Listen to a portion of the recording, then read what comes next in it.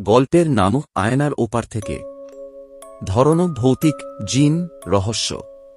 সময় আধুনিক যুগ। লোকেশন পশ্চিমবঙ্গের একটি পুরানো জমিদার বাড়ি। শুরুটা অদ্ভুত। তানহা নামের একটি বিশ্ববিদ্যালয় পড়ুয়া মেয়ে গ্রীষ্মের ছুটিতে চলে আসে তার দাদুর পুরানো জমিদার বাড়িতে।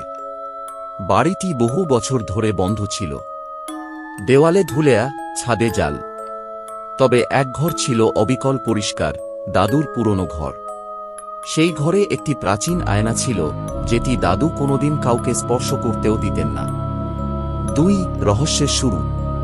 এক রাতে হঠাৎ সেই আয়নার দিকে তাকিয়ে তানহা দেখতে পেল, আয়নায় তার প্রতিবিম্ব তার চেয়ে একটু দেরিতে নড়ে। আয়নার ওপাশে যেন কেউ বসে আছে। প্রথমে ভেবেছিল ভ্রম, কিন্তু পরের দিন আয়নার সামনে দাঁড়িয়ে সে স্পষ্ট দেখল, একজন কৃষ্ণবর্ণ লোক তার দিকে তাকিয়ে আছে, চোখে লাল আভা। দাদুর গোপন কাহিনী। বাড়ির পুরনো ভৃত্য রমেশ কাকু তাকে জানায়, তানহার দাদু নাকি একসময় কুয়েতে থাকাকালীন এক শক্তিশালী জিনের আয়না এনেছিলেন। সেই জিন তার কথামতো চলত, কিন্তু একসময় সে আয়নাতে বন্ধ করে ফেলা হয়, কারণ সে ভয়ঙ্কর হয়ে উঠেছিল। দাদু বলে গিয়েছিলেন, এই আয়নায় চোখ রেখো না, আর কখনো না। জিনের ফাঁদ। তানহা কৌতূহলে পড়ে। এক রাতে সে আয়নার দিকে তাকিয়ে বলে, তুমি কে? সাথে সাথে গর্জে ওঠে পুরো ঘর। আয়নার ভেতর থেকে ভেসে আসে এক কণ্ঠ, আমি আজিমান, যাকে বন্দী করেছিল তোমার দাদু।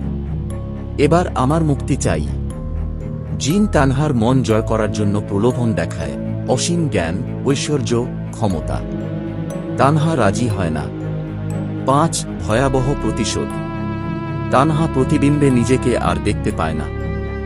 বদলে দেখা যায় এক ভয়ঙ্কর ছায়ামূর্তি। রাতের পর রাত তাকে ভয় দেখায়। দরজা জানালা নিজে নিজে খুলে যায়, বাতি নিভে যায়, আয়নার ভেতর থেকে হাত বেরিয়ে আসে। মুক্তির উপায়। পুরাতন কাগজে দাদুর লেখা একটি মন্ত্র